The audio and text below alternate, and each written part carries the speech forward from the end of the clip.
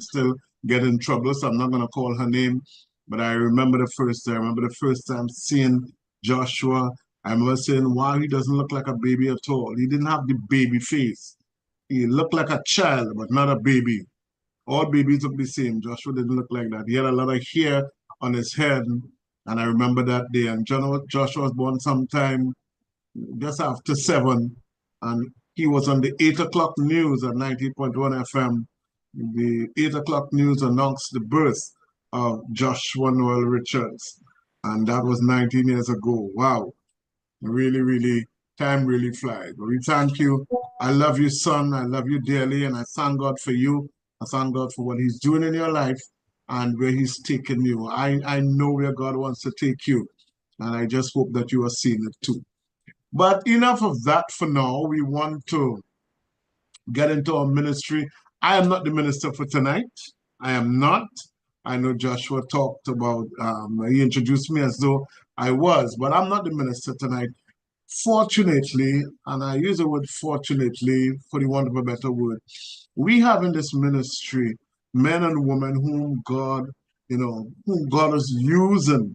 He's using them to minister, to bless, to lead, to guide. He has called them for such a time as this. And what is good is that even myself and Pastor Nicole, even though we had this ministry and God is using us to teach, there are others in the ministry that God is using as well. He has called, and you have sat under their ministry before. And tonight, I want to hand the mic over to a man of God who I respect and admire, and I know without a shadow of a doubt that God is using him mightily in this ministry and even beyond, I'm sure. And he is here tonight. Last month, 1 month ago, he blessed us with his ministry, and people were left in awe, and people learned so much, including myself. And tonight it is my pleasure to once again introduce to you our dearly beloved brother. And when he comes on, I don't know if he's going to show his screen or not, but I want you to do for him what you do for me and say, use him, Lord. Use him, Lord. We expect God to use him in a mighty way tonight. Whether you're seeing him or not, you're going to be hearing him. So God bless you. God bless you. And please welcome to the podium, the pulpit, the mic, center stage, our brother, Elder Sheldon Simmons. Elder Sheldon, it's over to you. Thank you. Thank you, Dr. Richards, Pastor Nicole. Good night, all fellow elders, ministers, kingdom citizens. And Minister Joshua, I just want to take this opportunity to wish you my happy birthday. That, I pray that Father will continue to use you and continue to anoint you and raise you up to be the man of God that he is raising you up to be, that your eyes will always remain fixed and focused on heaven as you continue to look at your parents as examples of walking the walk and talking the talk. So allow God to continue to use you, my young brother, and may he take you to places that even you and all may not have thought that you would have reached. So I am really happy to celebrate with you on your 19th birthday. I remember when I was 19, that was some years ago. It's a wonderful age. So enjoy it, my brother. Enjoy it. So good night, family members, kingdom citizens. I am here tonight to just continue and to go a little deeper into what I touched on a month ago and some of the topics that I touched on a month ago. And as we've been getting the teaching on giving, and even with Dr. Richards using the acronym of a leader, and with Pastor Nicole teaching on giving and why we should give and who we should give and how much we should give and what we should give, right? I was always thinking that, but for us to give, we have to give.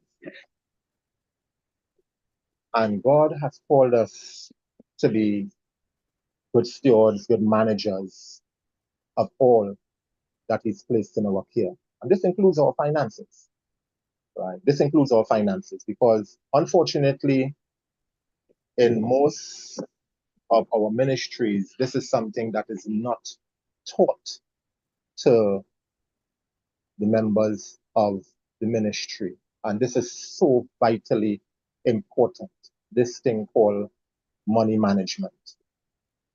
And I could never understand it because we all work, or most of us work in secular jobs. And we see how the people of the world, how they handle their finances, what they do, how they multiply it, how they actually go on courses, go on seminars to learn how to increase their finances. But yet still, we as kingdom citizens, we find it kind of taboo when we talk about finances, that, when we talk about finances, we feel that we are committing a sin if we talk about finances and managing your money properly in a manner that would be pleasing to Father. And that is so far from the truth. That is so far from the truth. Because we understand that where finances is concerned, as I said the last time, because Jesus and all understood the power and the use of finance, the power and the use of money, right? Because there were people that were financing him when he was going about his ministry. He had a treasurer, which we know was Judas, a crooked treasurer, but he had a treasurer. And we understand that, even in the Bible, where he spoke about with the man who went away and left the talents, and we all know the story, and the one that multiplied it from the 5 and got 10, and the 3 and got 6, and the one that buried it. And we understand all of these things. So why aren't the church, why aren't pastors, or most pastors, not teaching money management in the church? Why isn't that? And you find in situations, right, and this is not Live Right Ministries opinion, this is just my opinion, right? Sometimes in ministries, you may have people sitting in a ministry that are knowledgeable in certain areas, but are not given an opportunity to use the gifts that Father has given them. And this is why I love this ministry, that, whatever our gifts are, it is encouraged, it is nurtured, it is brought to the forefront in this ministry, right? Because it's not about sitting on our gifts. It is about enhancing and carrying the kingdom forward. So that being said, right, I want to just, dive into the practical application of money management and how to for the lack of a better word, increase finances, how to manage your finances, right? And I want to start this. The other day, and sometimes God is working some ways, Father does work in some ways. The other day I was at my barber, and a conversation, sometimes some conversations comes up in a barber shop. And my barber, thank God, after COVID, he said that, he is no longer allowing people to just walk in his barber shop anymore, right? You must have an appointment. And so much so that he is so strict with his appointments that if you make an appointment with him and you miss your appointment, you are expected to pay for that appointment that you miss. That is how strict he is with his appointments. But we were in the barber shop and a conversation came up about, saving and managing money. And a guy was just a guy, my barber and myself was in the shop at the time. And we were having this conversation, and he was telling us, this guy was older than both myself and my barber. And he was telling us that both him and his wife, they have an agreement. They have an agreement that what they do, both of them will put aside $50 a day. Now, for other people, it all depends on how much you can afford. But that is what both of them decided that they will do. Put aside $50 a day. Every day from the 1st of January, this is including Sunday, every day, $50 a day. What they do, they got a shoebox, they seal it with Scotch tape, and they cut a hole to the top. And every day, they will drop $50 in each of them. And they are committed and disciplined, because Dr. Richards was talking about discipline in leadership. They are disciplined in doing it. And because they were working towards what they said was that when December come, right, they did not want to have, because apparently they go big into Christmas.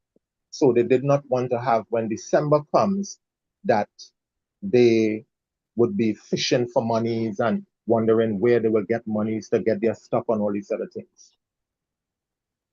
And I looked at that and I said, that makes so much sense. Now, it doesn't have to be for, if it is like there you wanted to use that money for Christmas. You can use, if you start doing that, you can use that for something totally different. And I was looking at something. If you decide to put aside $20 a day, just you, not you and your husband, just you, one person, would be committed to put aside $20 a day. At the end of the year, you would have $7,300. Now that $7,300 can go a long way to do whatever it is you want to do, right? But you would know what it is you are saving for, what it is you are saving. But the aim is that you have to be disciplined, right? As Dr. Richards was teaching us with discipline, right?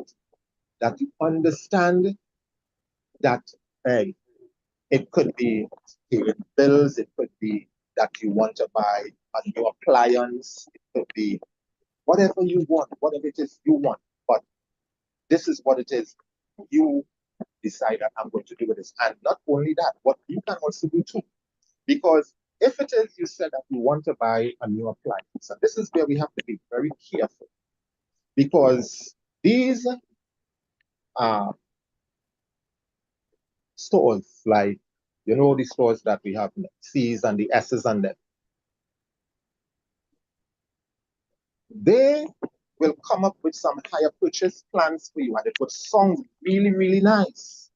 It sounds really nice that, you know, when they break it down for you, it's not that I am paying anything because I'm breaking it down when I use how much I'm paying on a daily basis.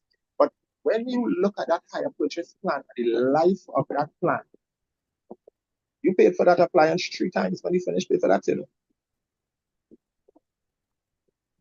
You pay for that 3 times. As opposed to if you had been just disciplined and said, yeah, we're good. I know I need this.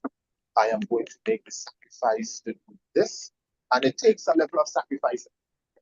It takes a level of sacrifice. And yes, I do understand that sometimes you may be in a situation where you need that appliance or that thing urgently. And I do understand that. But if it is, you do decide to go that way and go the way of the higher purchase, always try to pay it off way before the period. Always try to pay it off. Anytime if your installment is, let's say, $100 and you can afford to pay $150, if there are certain months you can afford to pay $150, certain months you can pay $175, do it and pay it off before time. What that does, it cuts down the amount of interest that you're going to pay. And a lot of times, this is where a lot of people get caught in and they're drawn in because they make this thing look so nice and so easy and so affordable for you that you tell yourself, yes, it is so easy and not putting any burden on me to pay this. But in actuality, when you look and see what is happening, if I am paying this and I'm paying this at this rate for the next 5 years, I bought this appliance 5 times or 3 times. I bought this appliance already. I paid for this appliance. So we have to be extremely, extremely careful when, you know, we are looking at things like going and take out a higher purchase plan, right? I am not saying you won't do it, but sit down and work the maths first. Always sit down and work the maths first. See how much it is going to cost you, because the word of God said, right? Count the cost. Always count the cost before you go in. And this is why, you know, in the fruit of the Spirit, the last one is self-control. And we have to be very mindful of this. We really have to be mindful of this. Because if it is, we are not, and we continue to just spend our money wishy-washy, wishy-washy, we will not grow our finances. Our finances, we will just see our finances just coming in and just as it come in and gone. Because a lot of times, think about it this way. If you are praying to God, you're praying to Father and asking Him to give you patience, what do you feel would happen? Will He just drop patience on your lap? No. He will create opportunities for you to be patient. He will bring some people in your life that will watch that they will draw on your last nerve. But all for you to develop patience. If it is you are praying and asking God for financial deliverance, what it is you don't do, saints of God, brothers and sisters, another thing that you don't do, never spend more than you earn. Never spend more than you earn. Do not try to keep up with the Joneses. Because a lot of times, you really don't know what's going on in the Joneses' houses. A lot of times, you don't know what's going on in the Joneses' houses. Don't try. They just keep up appearances. It is all for appearance. So never, ever spend more than you earn. Last time when I was on, I said, if it is you are working for a salary and you get an increase, excuse me, take that increase, and if you can save 50% of that increase, save it. Because remember, you was living on that old salary before. So it doesn't mean to say that because you get an increase, all of a sudden, your lifestyle should increase. Right? And you want to buy a set, you just want to go out and just splurge because you realize I have more disposable income in my hand. It doesn't work like that, because what would happen, right? You would always be in debt. Always be in debt. So we have to understand, brothers and sisters, that we as kingdom citizens, we have to manage our money. We really have to manage it properly. You in a susu, most of us know what a susu is. You get your susu hand. If you know what the purpose of that susu hand,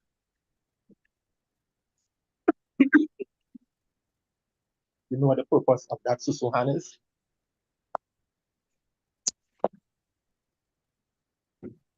I suggest you use that, and if you can use that susu and not utilize all of it, and keep some of that money and save it,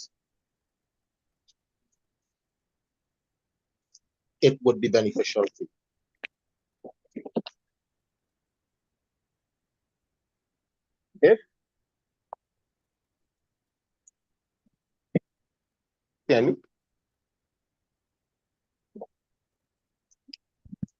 Yes, Sheldon. Stop to get some water. Yes. If once we realize, brothers and sisters, that we have our finances, another thing that is very vitally important with our finances, and I spoke about why you must give, why you must take out God's portion first. And you don't have to go back to that. Pastor Nicole drilled that down, and I mean to say that you understand that. What we have to do now, and we understand that when we are giving God, we always give Father our best. When we take out, because he said, let a man give what he purpose in his heart, but he won't give Father the least. You want to give Father the best. Now, when you take out the best for Father, what remains with you? What we have to do now, make a budget. And this is something that most people don't do. They just live ad hoc, right? My money come in and I spend it. No. Make a budget and live by that budget. You have to be rigid with your budget if it is you want to grow your finances. You have to be rigid to the point where you have to deny yourself certain things. Because remember, there's an aim. You may say that, okay, I want at the end of the year, I want to see this amount of money in my savings account. I want to be able to put a down payment on my house. I want to be able to put a down payment on my vehicle, right? Make a budget and live with it, and do not deviate from your budget. And when you're making your budget, make a realistic budget. Don't go and put $5,000 on entertainment. No. You know the salary you're working for. You know how your groceries, right? How much money you contribute to groceries, your phone bill, your light bill, your water bill, and these bills and them comes every quarter. I think the water bill comes every 2 months or 3 months or something, right? But make a budget is vitally important and live with it. There are certain things, if it is you recognize that, hey, take for instance your cable bill. If it is you have whatever cable company you're with, and you realize that what's going on now, I don't need all these set of channels, then cut it down. Cut it down and lower the bill. If it is you are in your home and you recognize that, okay, I am home, the AC on, the TV on, the washing machine running, the dryer running, hot and food in the microwave, everything running at the same time. What if it's going to happen? Your light bill is going to go up. So you understand, my brothers and sisters, we have to make changes, and it may sound as though you are hard, but when you see you're doing this, it is being disciplined in the way you do things. Understand, because you know what your plans are, you know what you want to achieve. So you know what you have to cut. And if we decide as children of God and really, because remember, the people in the world, they do these same things. Well, I can give you an example of a situation that happened in work by me. A lot of the workers got really upset when it happened. I just chuckled and I said, well, then Colin seen it from how they see it. In our washrooms in workers, and granted, we have some really, really lovely washrooms in work. Washrooms in my job is like washrooms in Hyatt. It's really, really nice. But they had, the air dryers. They have the air dryers. They have 2 air dryers in both male and female. And they have the paper dispensers dryer. And for a while, they stopped putting the paper. And a lot of people got upset. Because, and I was telling them, I say, only getting upset, only realize the amount of money that we are using. Because I was sometimes going to the washroom and I see people taking out paper to wipe their hands, and they're taking out 6 and 7 sheets to wipe their hand. I'm saying to myself, but only being wasteful here. Because it's not you paying for it. So you're telling yourself you're going to waste it. So when they discontinued it now and said, okay, we have an air dryer. If we have an air dryer, then we don't need both. It's either or. So when they discontinued it now, they discontinued the paper, right? Everybody started using the air dryer. Now they say the air dryer is not sanitary and these things. Well, then if we find the air dryer is not sanitary, then you walk with your own rag. But at the end of the day, truth be told, if everyone would be honest, the paper was being wasted.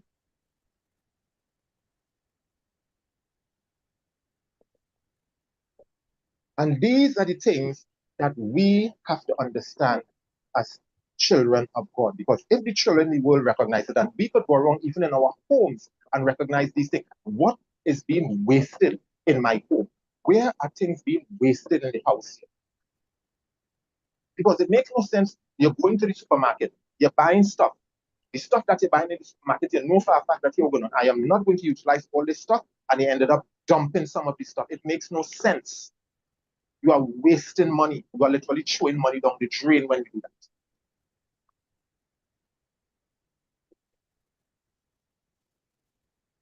So if the children of the world understand how to do this, why can't we understand it? And I've even seen this happen in churches where you see certain things wasting in the church. In the washroom, the same thing you're going and things are being wasted. But you know, when you start to talk to people about it, everybody just gets upset. But we say that we are kingdom citizens, we are saying we are all Christians, we are saying we are children of God, but nobody can correct you when you're doing something wrong. Because why? We have the attitude, it's not me paying faith. Saints of God, let me tell you something. Nothing out here is free. Nothing in life is free. Somebody had to pay for it. Even our salvation is not free. Jesus paid a high price for our salvation. Nothing. So when you think you are getting something free, it costs somebody something. So if somebody blesses you with something, don't waste it. If somebody paid a price so that you can get something, appreciate it.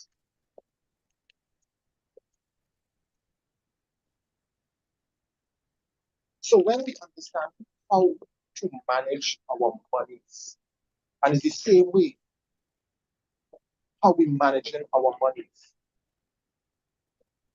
and we sit down and we say, and as I said the last time, a lot of times, you know, we feel that, you know, we have Father is a part of every other part of our life except our finances.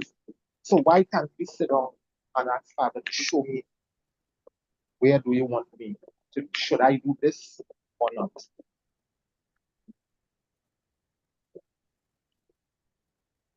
The other day I was at work and I was having a conversation with a young lady. And I was advising her on something. She was thinking about going to buy a new vehicle. Now she have a vehicle, but she so wants to buy this new vehicle because she's seeing other people buying new vehicles. And I'm telling her, girl, do not do this. Don't do this right now. With the way how things are going, don't do this right now. I say your vehicle is working well. You have paid off for it already. Why would you want to go and put yourself back in debt for another 7 years? Why would you want to do that? She didn't listen to me. And she went and she bought the vehicle. Buy the vehicle now, and now it's problems. Because you buy a high-end vehicle, and as Pastor Nicole said the other night, and when she said it, I just laughed because I said that is so true. And a lot of people don't look at that, because when she said that, you know, her dream vehicle is a Prado, which is also my dream vehicle also, a Prado. But understanding, I love a Prado, but I understand that when you upgrade to a Prado, the cost of maintenance goes up also too. And this is what a lot of people do not factor in. They just say they like it and not realizing the maintenance cost goes up. And then not only that, what it is, we also look at too, as I was telling her, if it is you're going to invest in a vehicle, look for a vehicle where the resale value would be retained to some level, right? Because we all understand in business, you do not invest in a depreciating asset. From the time you buy a new vehicle, as you drive it off the lot, it depreciates 15% immediately. It depreciates by 15%. So that vehicle that you would have paid $400,000 for, after 5 years, the insurance company is going to tell you, here what's going on. Only thing that I'm giving you for this vehicle, and dependent on the condition that you have it in also too, the insurance company is going to tell you, the only thing that I'm going to give you for this vehicle is about $200,000.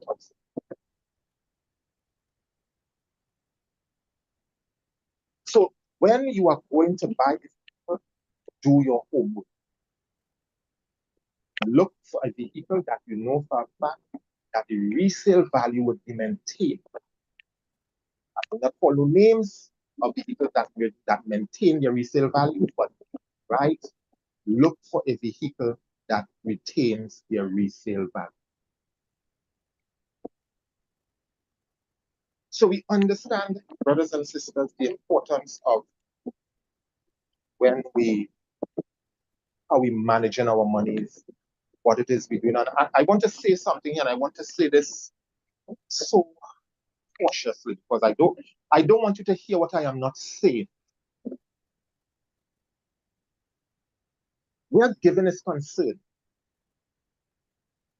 we have to put limits on our giving. Now, don't hear what I'm not saying.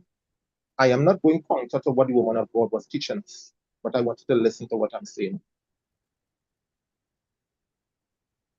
We have to put limits on how much we are giving. Because there are some people out there that love to receive, they have no limit on how much they want to receive it.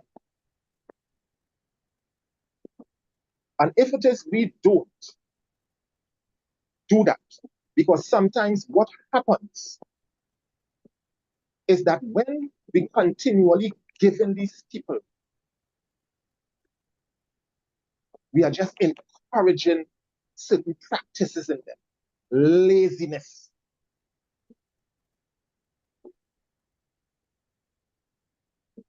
So we have to understand that when we are giving, yes, we give. And I'm not saying, don't hear what I'm not saying. I'm not saying don't give. Don't hear what I'm not saying. I am not saying don't give. Give, yes.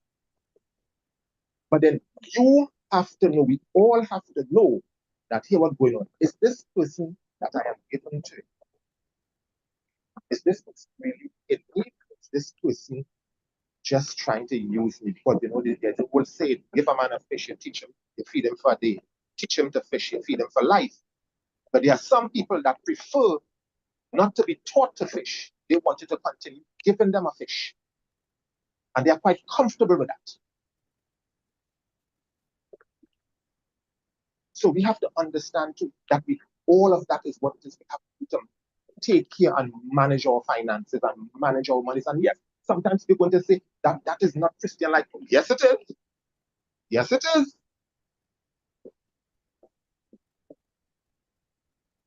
Because you are becoming a better steward of God's money.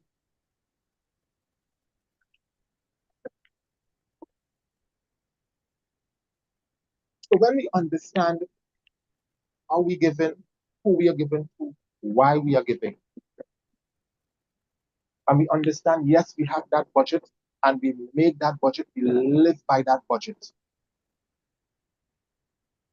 And we continue to hold on to that until, and things of God, these things that I am telling you, it's not what people told me. These are things that I have implemented in my life, and I have seen it work for me. I have seen it work for me. So this is nothing that people tell me or something I sat down and was listening to. These are things that I implemented in my life, and it worked for me.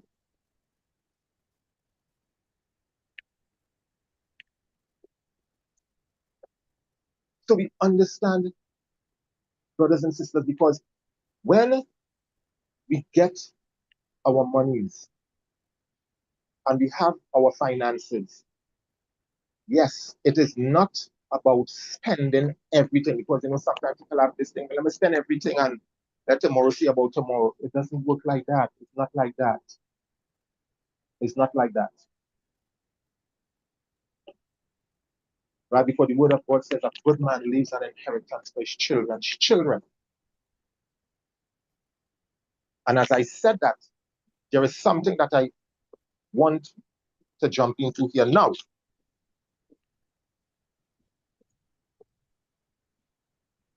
We have a lot of young people, young professionals on this platform, and yes, we have a lot of senior people on the platform also too, from all spectrums on the platform.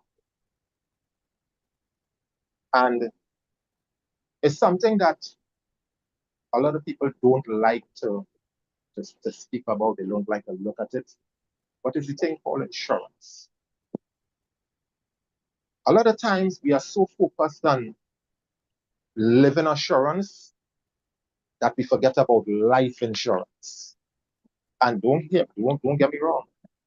Living assurance, we understand what living assurance is. We want to make sure that the life that we live in is pleasing to Father. That is paramount. That is numero uno. That is the number one purpose. But the word of God said that we should rule in our environment and occupy till he comes. So when he says that a good man leaves an inheritance for his children, life insurance is a good way to build generational wealth. And a lot of times, people don't like to look at it. And sometimes when they do look at it, it's when they are down in their senior years. Life insurance that also has a health plan attached to it.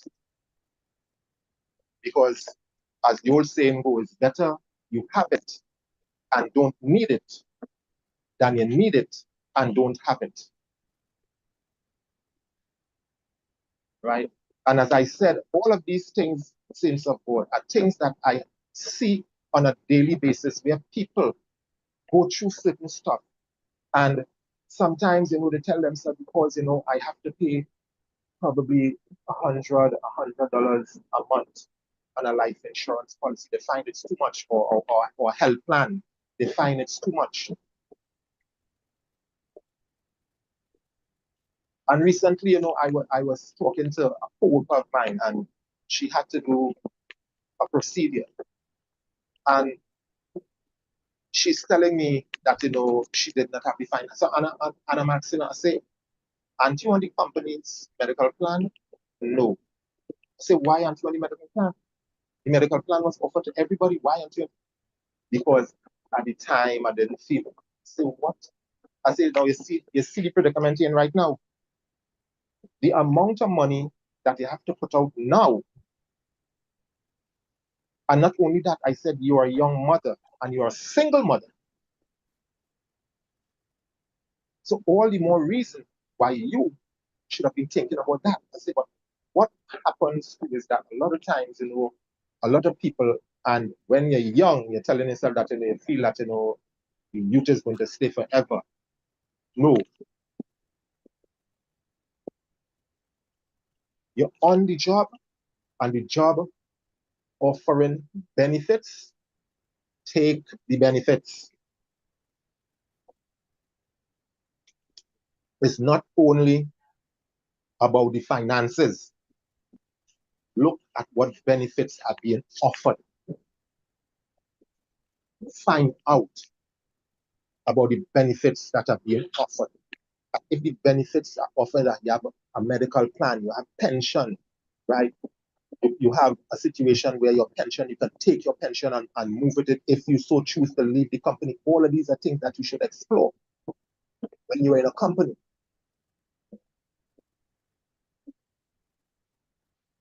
So as you all go into the world of work, and if it's a situation where you can afford to negotiate your package, these are the questions that you ask when it's time to negotiate your package. And when you're negotiating your package, the next thing that you need, how you negotiate also too. If it is for a fact you want a particular figure, let me just use a figure. If it is for a fact you want a salary of, let's say, $15,000 a month, you don't ask for $15,000 a month, because that is going to be gross. NIS have to come out of that.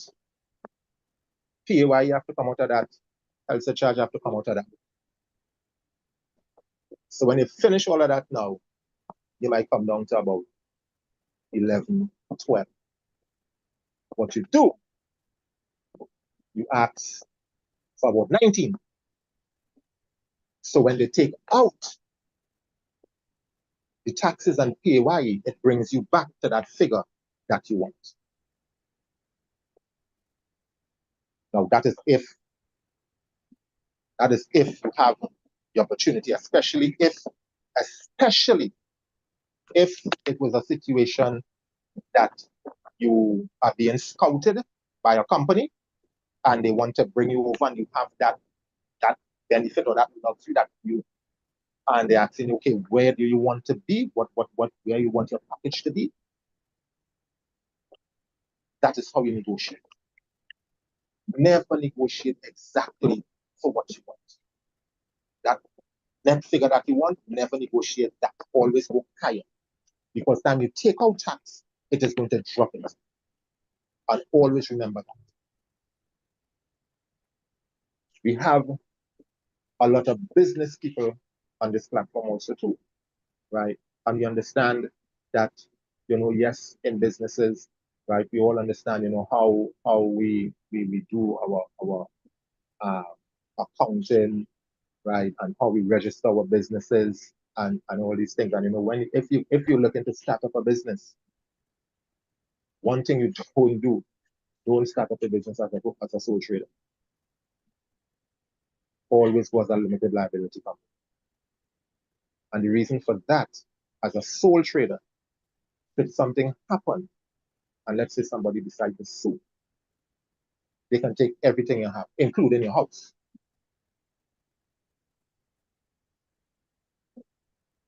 But as a limited liability company now, is only what is registered to the company.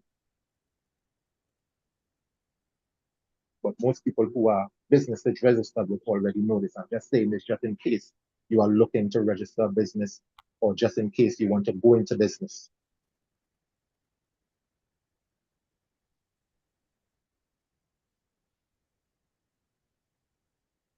So when we understand, saints of God, brothers and sisters, the importance of insurance, and right now we have in insurance, there's something in insurance that I was actually talking to my insurance agent the other day, and he was telling me about something called an IPI, some individual, what it is called, an individual performance investor. But what it does right now, remember the last time I was telling you all about monies in the bank and you get no interest right now? Right now, this particular coverage in the insurance companies literally is paying between 5 to 10% interest. Now it's risky. It's not for everybody. It's not for everybody. It is risky, right? But at the end of the day, right, if it is you want to build some funds, you want to build equity, all of these are things that we can look at. We can look at unit trust. I don't know, like I know Sister Jamie that's out in the States and Sister Kathleen in Jamaica and other brothers and sisters that may be outside of the country. You all may have to do your own research and see, what companies are offering what in your particular countries. I know out in the States there are vast array of opportunities that you can invest in, right? It's more kind of limited for us in the Caribbean. but the opportunities are still there. It's just that you have to look for it. You have to do your homework and look for it. And continue to just manage. Just watch. And remember, it is not about getting rich quick. You see these kind of getting rich quick schemes, it is never work, right? It never works. When everybody come and tell you about, hey, let me do this and let me think that and you can put in this here and no, a lot of these things they don't work. If it's sounding too good to be true, most of the time it is. These things that you're looking at here now is for long term. You're investing for long term.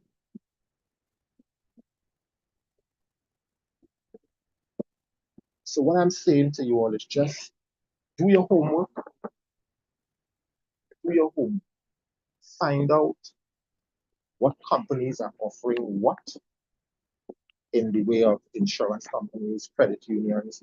Ask, how much the rate of your dividends in the credit union. Ask in the insurance company, what is the rate of interest you are paying on your IPIs, on your equity annuities, right? Find out, right? Because that's what I had to do. And basically that's what I ask questions. Right? So when people come and sit with me, I would ask. Right? So and I would sit down and work the numbers also to see if what you're telling me is beneficial to me. Because it can be a situation that you tell me to do something, but at the end of the day, it's not beneficial to me. Because I am studying now is basically generational wealth I am studying here. Right? So I am studying, okay, if I invest this, my grandson or my grandchildren, right, how will they benefit with this down the road? How will they benefit from this down the road?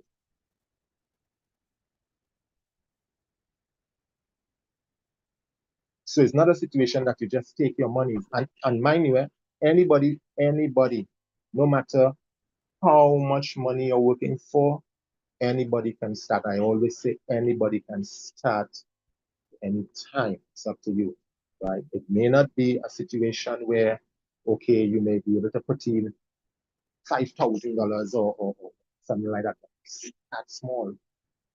That's all you have to do. Just start. Just start. Because every time you put it off, it's another day you waste. Just start. Even just with that, what I spoke about today earlier, with putting aside the $20, it may not be $20. It might be just $5. It might be 10. But just start. And you find by doing that now, you have bring the discipline now, right? And the determination now to say, well, yes, I am seeing okay, right? I'm seeing something here. I could continue this. I can start increasing this, right? Just start. Anyone can do this. Children and all can do this out of their allowance from school, right? You remember a long time when we was in school, we used to have thing called a piggy bank. So why we can't go back to the old time days, well?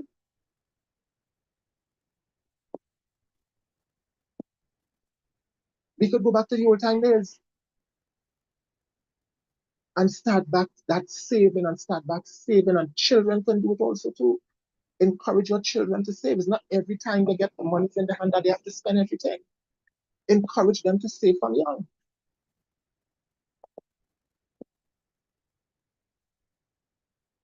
Because remember, they are going to be the young fathers and young mothers of the future.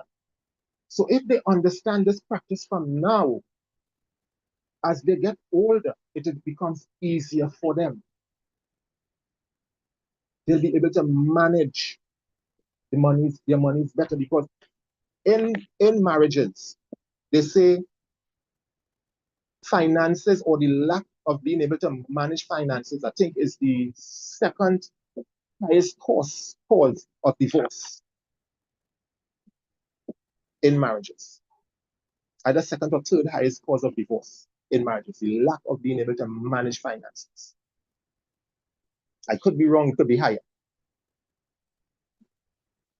So you see how important finances are, managing your finances.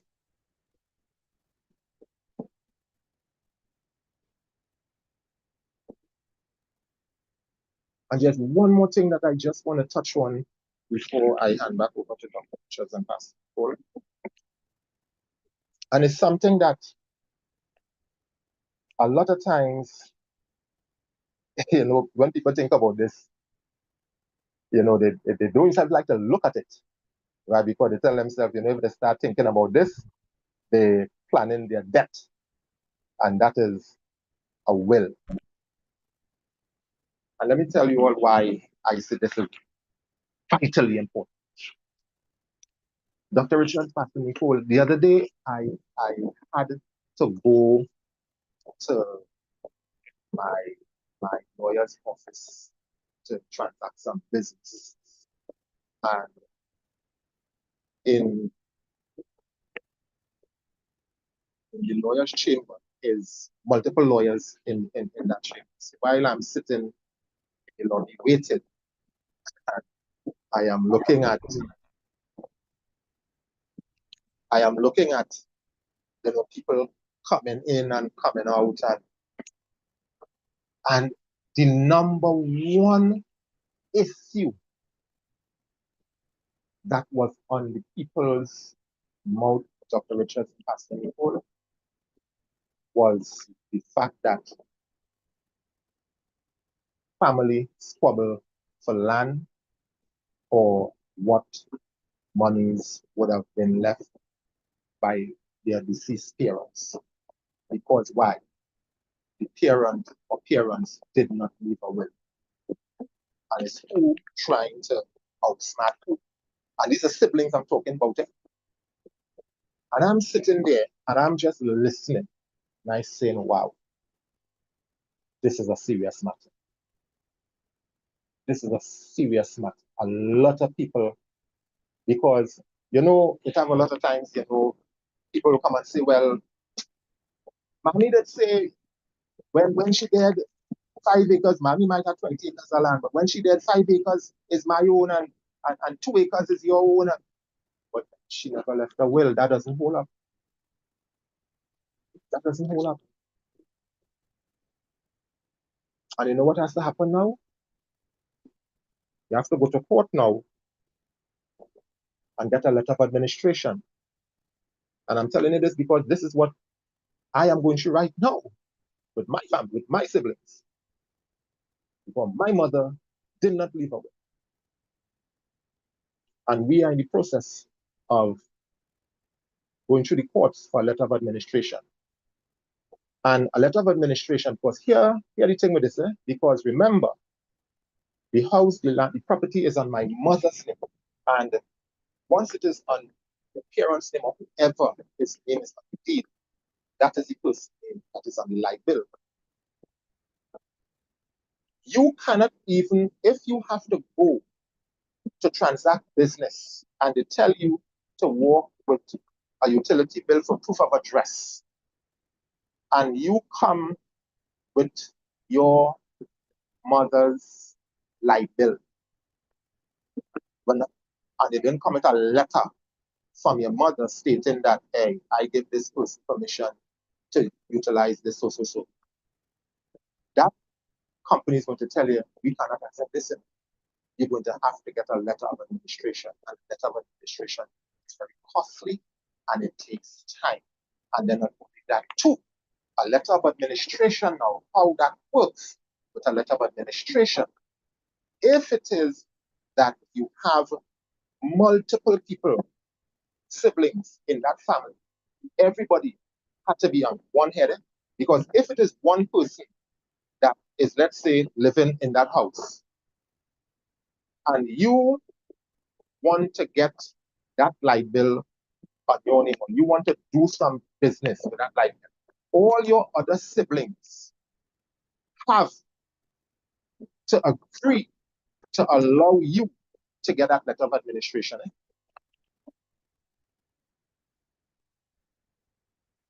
they say, well, here what's going on. I don't agree with this. You're in trouble.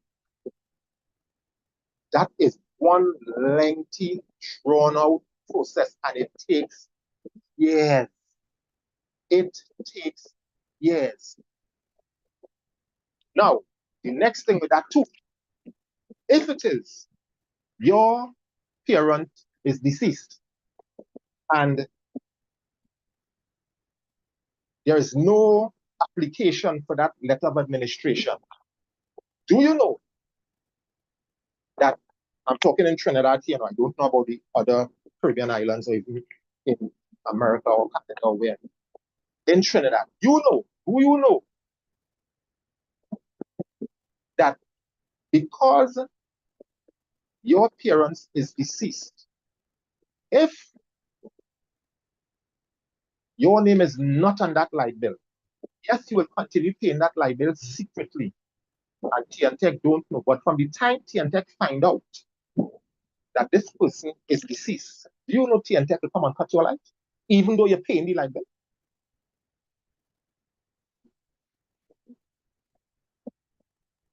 TNTech can come and cut your lights, even though you are paying the light bill, because what they're saying is that they did not have a contract with you.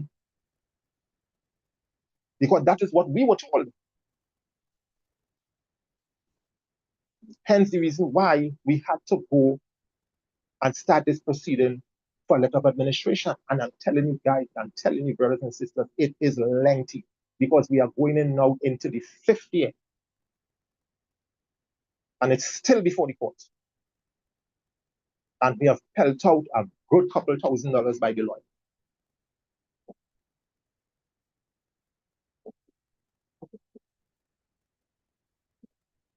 So the importance of doing a will, it is vitally important. Doing a will would save the people that you are leaving behind this set of headache. And the thing with a will is that, hey, it is easy, you know, all you do, you just go, it is advisable. Now, you don't have to go to a lawyer to prepare a will, but it is advisable that you do. And make sure your will is signed. Make sure it is signed. And your will must be signed by 2 witnesses. And the witnesses that sign in the will must not be beneficiaries of that will. And it's also recommended that you have 2 executors on that will also.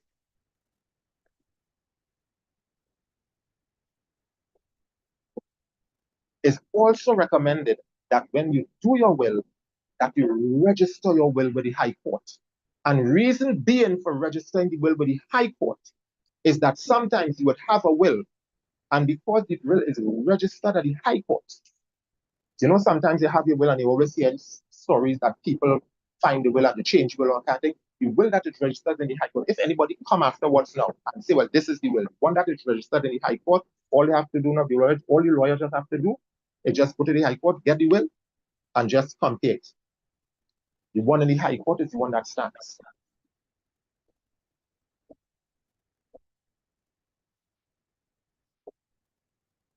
If it is you want to where your executors are concerned, right? You have your executors. Your executors, when you pass, your executors are going to be the ones that is going to be the ones that have to pay to probate the will, because the will have to be probated. And the executors have to probate the will. Now, to probate the will now, you have to have some money to probate the will. So it is advisable. Now, I know, like if you leave money something, I know, like in the credit unions, if you have like upwards of about $100,000 in the credit union, you have access to $50,000. And other $50,000 you have to go through, you have to present a will or a letter of administration to access the other $50,000. But at least that $50,000 would be able to help you to probate that. So you understand the importance, and there's a lot more things that you have to understand about a will. But I would advise you to sit down with a lawyer, and go through preparing a will. No matter how small you may think things you may have, sit with your lawyer and go through preparing a will. And to prepare a will by lawyer, some lawyers might charge you about $1,500. Some lawyers may go up higher as about $3,000-$4,000, dependent on the amount of things that you have to put on that will.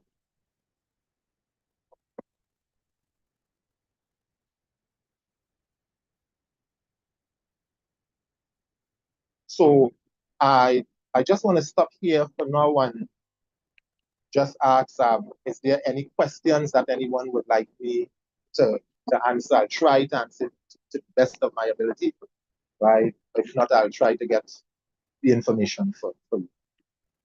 So, Dr. Richards, Pastor Nicole. Thank you, Elder Sheldon. Yes, I want to echo what he just said. Are there any questions that anyone has? Please put your hand up right now, and we will acknowledge you. We just have a few more minutes, but we want to take your questions because what we have been given here is really valuable information. I am sure that most of us didn't know a lot of what was shared tonight, and I'm sure we are grateful for what has been shared. And if you still have further questions, maybe something was said that you didn't quite understand, or was something that was said that brought up another question, please feel free. All right, I'm seeing Sister Gina. Go ahead. Good night, everyone. Elder Sheldon, could you explain what they mean by probate, please? When you probating a will, basically what you're doing is just to say, well, okay, the assets that you would have left, that all of the information that was stipulated in the will is correct, all the signatories are correct, the people that you're leaving as your beneficiaries are correct, so that when it goes to court, for example, it is going to court, the probation is going to court, right? So that when they probating it, right, that it would not have no confusion as to say, well, if you say, well, I left for Uncle Jack, and Uncle James just come out from around the corner and say, well, no. Uncle Jack is on the will. Uncle James, you not here. So it's just to make sure that what it is on the will, right, is lining up with the person's wishes.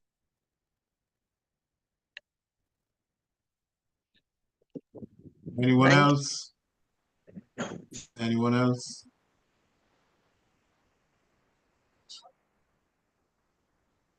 We still have just about 5 minutes.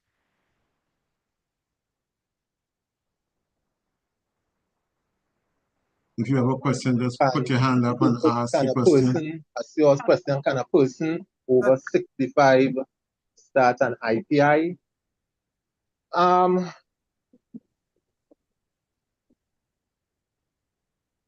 I wouldn't say no, because it depends on how far the insurance company wants to go. I know sometimes the IPI, an IPI is something like an annuity, something like a pension, right? So some people cut off their pensions at 65. Some people will go until as old as 70, right? Some people might go as old as 80.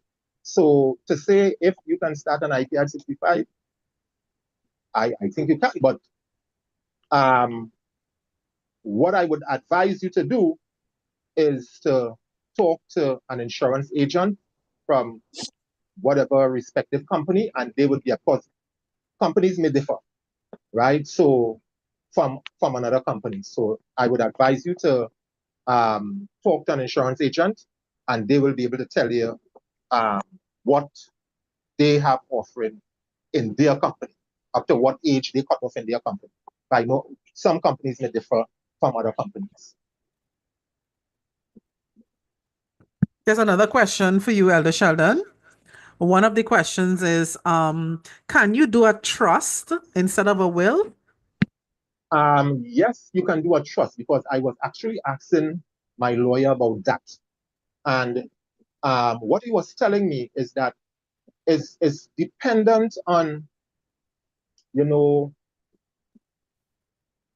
the amount of assets that you're leaving in a trust. Because most of the times with a trust, you are putting somebody else to manage your assets, and it will be paid out to the beneficiaries in increments. So it may be a company, it may be an individual, right? So it all depends on the amount of assets you have. Yes, you can, and you can do a trust. Once the legislation in the country allows it. All right. Okay.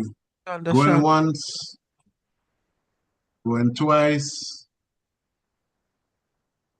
3 times gone. Okay.